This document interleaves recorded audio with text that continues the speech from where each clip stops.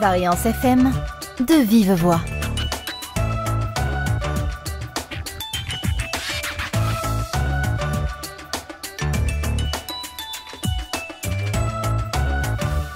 Eh bien bonsoir à toutes, bonsoir à tous, soyez les bienvenus sur l'antenne de Variance FM, c'est Jérémy et je suis très heureux de vous retrouver pour un tout nouveau numéro de l'émission De Vive Voix consacrée à la semaine de l'alternance. Nous continuons donc cette belle semaine, nous avons eu le plaisir de recevoir le CFA de Riom et le CFA de Bellerive-sur-Allier. Et là, on va rester sur du très local, puisque ce soir, j'ai le plaisir de recevoir le CFA de Thiers. Il est représenté par Madame Pascale Hermillon, que nous accueillons tout de suite. Bonsoir Pascale. Bonsoir à tous. On est ravis de vous avoir avec nous sur les ondes de Variance FM, c'est un plaisir. Plaisir partagé, je vous remercie.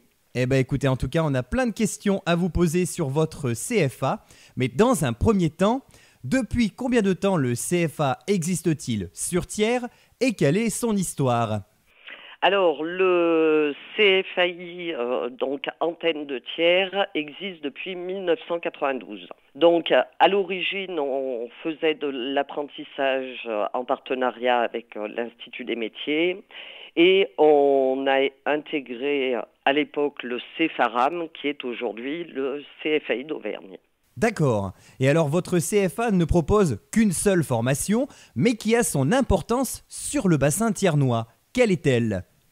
Alors, sur le site de Thiers, on ne propose qu'une seule formation en apprentissage qui prépare au CAP instruments coupants et de chirurgie, qui est le nom du CAP de coutellerie. D'accord, un CAP de coutellerie à Thiers, c'est parfaitement raccord pour le coup. Plutôt oui. Et alors, la ville de Thiers a longtemps eu le monopole des jeunes couteliers et aujourd'hui, vous êtes encore très peu à proposer ce type de formation. Que ressentez-vous vis-à-vis de cela ? J'imagine qu'il y a une certaine fierté d'avoir une telle formation dans votre commune. Oui, tout à fait, puisque c'est quand même ce qu'on appelle une formation qui prépare à des métiers rares, puisque le métier de coutelier n'est pas très répandu sur le territoire. Il est présent principalement sur le bassin de Thiers qui compte 80% des emplois au niveau national. Et puis après, effectivement, il y a d'autres bassins, comme le bassin de la Guéole, qui a pu ouvrir une section la rentrée dernière pour répondre aux besoins des entreprises locales. Bien sûr, tout à fait, parce qu'avant, il n'y avait qu'une seule et unique formation à Thiers, si je ne dis pas de bêtises. Tout à fait. Pendant longtemps, on a été les seuls à préparer ce CAP. Puis il y a une section qui s'est ouverte en Charente, donc il y a une dizaine d'années, et une autre beaucoup plus récemment sur la Gueule, comme on pouvait le dire. D'accord. Alors combien de candidatures avez-vous chaque année dans votre CFA et comment faites-vous pour sélectionner vos élèves ? Nous, on arrive à collecter, on va dire, une centaine de candidatures. On en a à peu près 80 qui vont aller jusqu'au terme du recrutement. Alors, les critères de recrutement vont être la motivation pour le métier, mais aussi la connaissance de la réalité du métier tel qu'il est pratiqué dans les entreprises plutôt artisanales. D'accord, oui, effectivement. La connaissance du métier est un plus pour le coup. Est importante parce que l'image de la coutellerie que les jeunes peuvent avoir n'est pas forcément la réalité de ce qu'on va retrouver au niveau du référentiel du CAP et au niveau des activités des entreprises dans lesquelles les jeunes vont être accueillis en apprentissage. D'accord. Et donc à la fin, vous n'avez qu'une quinzaine d'élèves. C'est un choix de votre part ou alors est-ce que vous êtes restreint en termes d'effectifs ? Une quinzaine d'élèves, c'était vrai il y a quelques années et là, depuis les 2 dernières rentrées, on a accueilli entre 28 et 30 élèves par an. On n'a aussi pas la possibilité d'en accueillir plus au niveau de la structure. Et arriver à signer 30 contrats par an, c'était assez exceptionnel. L'objectif est plutôt d'arriver à accueillir entre 20 et 24 alternants.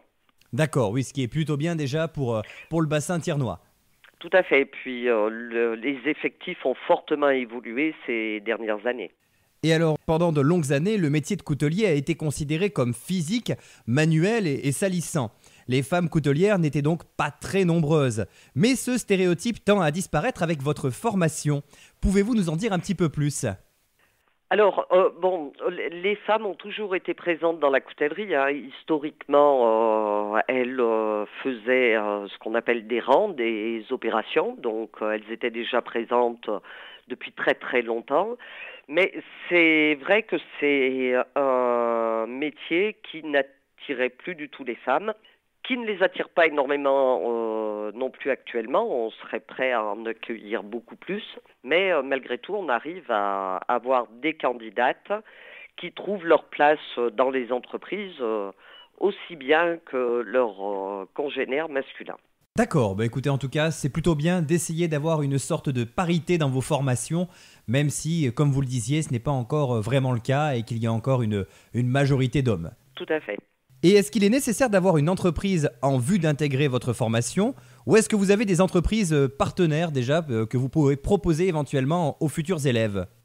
Alors, oui, on présélectionne des candidats qu'on met en relation avec les entreprises qui nous ont proposé une place. Donc, on assure la mise en relation des candidats avec les entreprises. Certains, par contre, peuvent arriver en ayant déjà eu un contact ou un employeur. Bien sûr, avec notamment peut-être certaines personnes qui ont fait des stages déjà en 3e. Alors, quand c'est des personnes qui sont du bassin, effectivement, ça peut être le cas.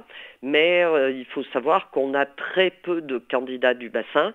On a plus des jeunes qui viennent un petit peu de partout en France. Et donc, du coup, pas forcément de connaissances au niveau des entreprises du bassin. D'accord. Et alors, comment vos formations se présentent-elles ? Quelle est la part de cours dispensés par rapport au temps en entreprise ? On propose, nous, une alternance d'1 semaine par mois au niveau du CFA et de 3 semaines en entreprise. Et ce, pendant les 2 ans de durée du contrat. D'accord, oui, donc c'est intéressant puisque ça permet d'être vraiment formateur pour le coup. On passe vraiment beaucoup de temps avec l'entreprise. Tout à fait, oui, oui. C'est les alternances assez fréquentes sur des niveaux CAP où l'alternance est d'1 semaine par mois, ouais. D'accord. Et alors, qui sont vos formateurs et quelles sont leurs compétences ? J'imagine que ce sont peut-être des personnes qui ont un rapport avec le monde industriel, justement.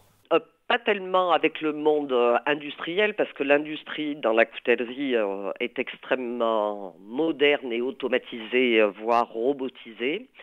Où là, effectivement, les compétences recherchées ne sont pas forcément des compétences manuelles en coutellerie, mais plutôt des compétences en réglage, en programmation, etc. Nous, on forme plutôt sur l'aspect artisanal, où c'est l'aptitude manuelle et les gestes qui comptent. Et nos formateurs, puisqu'à l'heure actuelle, on a 3 formateurs, un à temps plein qui est avec nous depuis 27 ans, Laurent Béal, et 2 formateurs à mi-temps, Pierre Thomas et Robin Forissier, qui sont tous les 2 des anciennes apprentis et qui travaillent chez nous à temps partiel puisqu'ils ont une activité en propre en parallèle. Ah oui, d'accord, donc vous avez même des anciens élèves qui viennent vous enseigner des choses, ça c'est chouette. Voilà, alors tout à fait, et puis nos 3 formateurs sont tous les 3 titulaires du CAP. D'accord, c'est bien parce que ça permet de partager un peu son expérience également, de montrer un petit peu ce qu'on a pu faire au cours de sa carrière et d'inciter les élèves justement à partir dans le domaine de la coutellerie et à y rester pendant de longues années pour le coup. Tout à fait. Et alors, comment pourriez-vous qualifier le suivi de vos élèves ? Les professeurs sont-ils régulièrement présents derrière eux pour les aider en cas de difficulté ? Alors, les formateurs sont présents, quand ils sont sur la semaine d'alternance chez nous, ils les encadrent bien entendu au niveau pédagogique, que ce soit en théorie ou dans l'atelier, mais ils assurent aussi un suivi en entreprise sur site, pour travailler avec l'entreprise sur la progression que le jeune peut avoir et doit avoir au niveau de l'alternance, vérifier son aptitude, les points sur lesquels il faut, nous, au CFA, qu'on puisse travailler un petit peu plus, puisque l'idée de l'apprentissage, c'est aussi d'individualiser les parcours. Bien sûr, c'est important, vous avez raison. Et alors, vos élèves sont-ils formés à de la coutellerie plutôt industrielle ou est-ce que vous les invitez à faire également des choses un petit peu plus artistiques ? Les apprentis chez nous sont formés à la coutellerie artisanale, qui n'est pas tout à fait la coutellerie industrielle, puisqu'on est vraiment sur les savoir-faire manuels, mais pas pour la coutellerie d'art, où la coutellerie d'art, on va dire, vient dans un deuxième temps. On va d'abord leur apporter les bases et après, eux peuvent évoluer sur la coutellerie d'art. Par contre, au cours de leur parcours, on va leur proposer de participer à deux concours de création qui sont le concours du Rotary, puisque le district de Thiers du Rotary remet chaque année à un apprenti le prix du travail manuel pour un couteau qu'il a créé. Donc il a conçu le modèle, les mécanismes, etc. et la fabrication. Et un autre concours auprès de l'Institut national des métiers d'art, qui est un concours ouvert à tous les CAP des métiers d'art, quel que soit le domaine, et où les jeunes ont la possibilité de faire aussi une pièce unique de leur création. Alors ça, par contre, ils le font en parallèle de leur apprentissage, puisqu'on n'a pas forcément du temps dévolu pour qu'ils puissent travailler là-dessus. Donc souvent, ils le font dans leur entreprise, pendant les heures ou en dehors des heures, ça dépend des cas. D'accord. Et alors, chaque année, l'événement Coutelia se déroule sur Thiers et regroupe des couteliers de la France et parfois du monde entier. Vos élèves prennent-ils part à cette manifestation ? Parfois, effectivement, ils ont pu prendre part soit à travers une présence sur notre stand, soit à travers l'animation d'ateliers, entre guillemets. Cette année, ils n'ont pas forcément participé, mais ils étaient présents puisque la remise du prix du Rotary s'est faite sur le salon de Coutelia en même temps que la remise des prix Coutelia. Et puis c'est une belle occasion pour eux de rencontrer des personnes du monde professionnel et de voir un petit peu leur façon de travailler également. Exactement. C'est l'occasion pour eux de venir visiter le salon et de rencontrer différentes personnes du monde artisanal et du monde artistique. Ouais. Et que deviennent les jeunes que vous avez formés ? Est-ce qu'on les retrouve dans les entreprises du secteur, dans leur propre boutique peut-être ? Un peu les deux. Une grande partie va commencer sa carrière de coutelier souvent dans les entreprises, soit dans l'entreprise qui les a formés, soit dans une autre entreprise. Et certains d'entre eux, au bout de quelques années, vont faire le choix d'une création d'entreprise, d'une reprise d'une entreprise ou d'un commerce. Oui. D'accord, c'est bien, on a des parcours qui sont variés, ça c'est plutôt chouette. Tout à fait. Et alors, forcément, il y a une question que tout le monde se pose.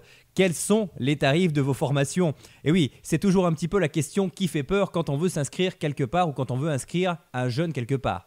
Alors, pour l'apprentissage, la formation est totalement gratuite pour l'apprenti, puisque la formation est payée par ce qu'on appelle les OPCO, avec les fonds collectés auprès des entreprises. Donc, il n'y a pas de frais d'inscription ni de frais pédagogiques pour les apprenants. D'accord, oui, donc ça c'est plutôt chouette quand même pour les familles, ça reste un gros Bien avantage. sûr. Bien sûr. Le jeune bénéficie en plus d'une rémunération pendant sa formation, ce qui lui permet de commencer à gagner en autonomie. Bien sûr, tout à fait. Et alors, justement, quel est l'âge de vos apprenants ? Est-ce que vous avez des apprenants de tout âge, peut-être ? Effectivement, on a une amplitude au niveau de l'âge qui est assez importante, puisqu'on peut avoir des apprentis qui ont 15 ans et d'autres 29 ans, et on a à peu près l'amplitude possible sur les contrats d'apprentissage. Voilà, on accueille vraiment des candidats des deux extrêmes. D'accord, c'est plutôt chouette, au moins ça permet d'avoir un peu tout type de profil. Oui, tout à fait. Et alors, le bassin thiernois est très riche en entreprises dans le domaine des matériaux notamment, avec de la métallurgie, de la plasturgie, etc. D'autres formations en industrie pourraient-elles se développer au sein de votre CFA ? Sur le centre de Thiers, non, parce qu'on a un certain nombre de formations du CAP jusqu'au diplôme d'ingénieur au niveau du CFA d'Auvergne qui sont mises en œuvre sur notre centre de Cournon ou sur notre centre de Montluçon. Donc l'idée n'est pas de se faire de la concurrence en interne. Et sur le bassin de Thiers, quand on parle effectivement de plasturgie, nous on est plutôt métallurgie. Bon, la plasturgie et d'autres métiers sont préparés par les lycées qui peuvent même le proposer parfois en alternance, par les lycées thiernois. D'accord, bon ben en tout cas on a appris plein de choses grâce à vous, on vous en remercie Pascal. Alors avant de vous laisser, j'ai tout de même une dernière question à vous poser. Où est situé votre CFA et comment peut-on en savoir un petit peu plus sur vos formations ?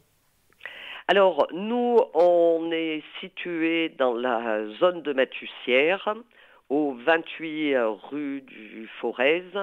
Et on est là depuis le 1er février 2020, donc dans une zone qui s'est aménagée très récemment, avec un bâtiment tout neuf, 400 mètres carrés d'atelier, etc. D'accord, et alors éventuellement, vous avez peut-être une page Facebook, un site internet où on peut suivre éventuellement vos activités ? Il suffit de taper Pôle Formation Auvergne pour accéder à notre page internet et trouver tous les liens pour les divers réseaux sociaux. Bon, bah écoutez, c'est parfait. En tout cas, on vous remercie pour tout, Pascal. On vous souhaite de passer une très belle soirée. Et puis, bah, n'hésitez pas à revenir quand vous voulez pour parler de vos formations. Vous êtes 100% local parce que du coup, nous, on est basé à Puy-Guillaume, donc on est très proche de vous. Tout à fait. Et on est ravis d'avoir pu faire parler un petit peu de ces formations de coutelier parce que la coutellerie, ça fait vivre notre territoire pour le coup. Hein. Je vous remercie. Et puis, bah, écoutez, vous revenez quand vous voulez. Vous êtes la bienvenue ici sur nos ondes. Très bien, merci beaucoup. Merci, très belle soirée à vous. Et nous, sur Variance FM, on continue avec un petit peu de musique. Et on se retrouve évidemment d'ici quelques poignées de minutes avec toujours plus de morceaux de musette. Car vous le savez, vos vendredis soirs sont dédiés à l'accordéon. Variance FM, de vive voix.